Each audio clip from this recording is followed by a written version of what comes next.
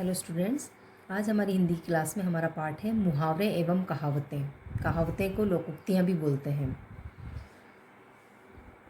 ऐसे वाक्यांश जो शाब्दिक अर्थ का बोध न करा करके एक विशेष अर्थ का बोध कराते हैं, उसे हम मुहावरे कहते हैं। उससे एक अलग ही अर्थ का हमें पता चलता है।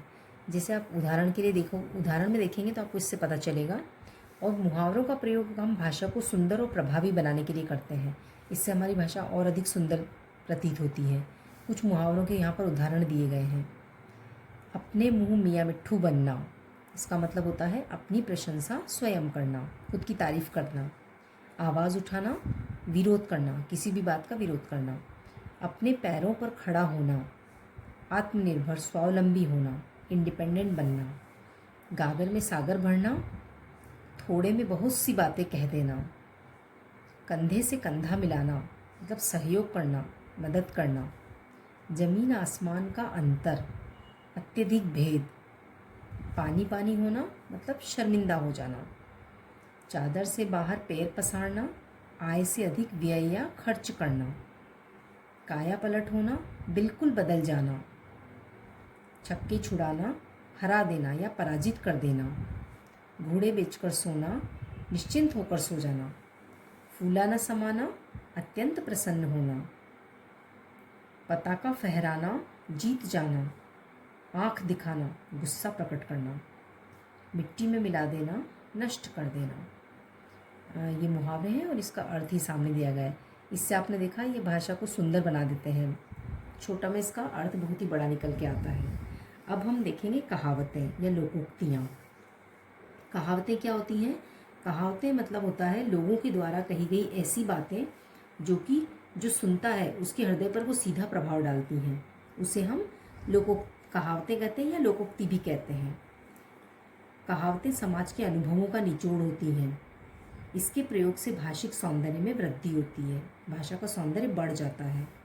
अब इन दोनों में क्या अंतर है, मुहावरे और कहावत में?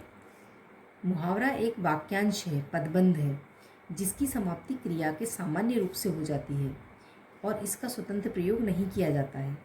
जबकि कहावतें अपने आप में ही संपूर्ण वाक्य होते हैं और उनका प्रयोग स्वतंत्र रूप से किया जा सकता है।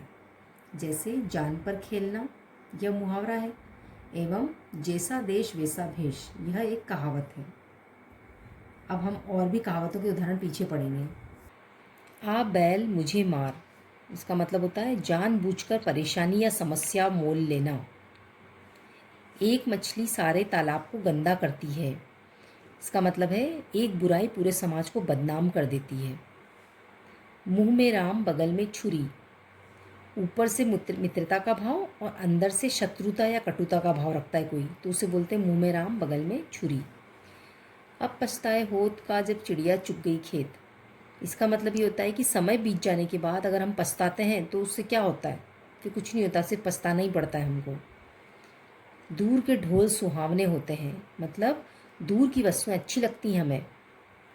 धोबी का कुत्ता न घर का न घाट का, मतलब बिल्कुल बेकार, किसी काम का नहीं।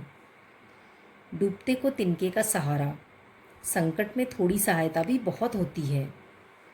आँख के अंधे नाम नैन सुख, नाम के विपरीत आचरण करना, नाम के विपरीत उल्टा आचरण करना। सांप मरे न लाठी टूटे, मतलब बिना हानि के अपना काम हो जाना। जिसकी लाठी उसकी भैंस, शक्ति के द्वारा अवैध कब्जा कर लेना, उसे बोलते हैं जिसकी लाठी उसकी भैंस। तो ये पाठ हमारा छोटा सा है, यहीं पर ख़त्म हो गया है। अब आपको ये मुहावरे और कहावतें पाठ अपनी हिंदी की किताब से पूरा अच्छे से ध्यान से बिल्कुल 2 टाइम्स रीड करना है कम से कम। फिर आगे फिर मैं आपको इनकी मौखिक क्वेश्चन और लिखित क्वेश्चन सेंड करूँगी।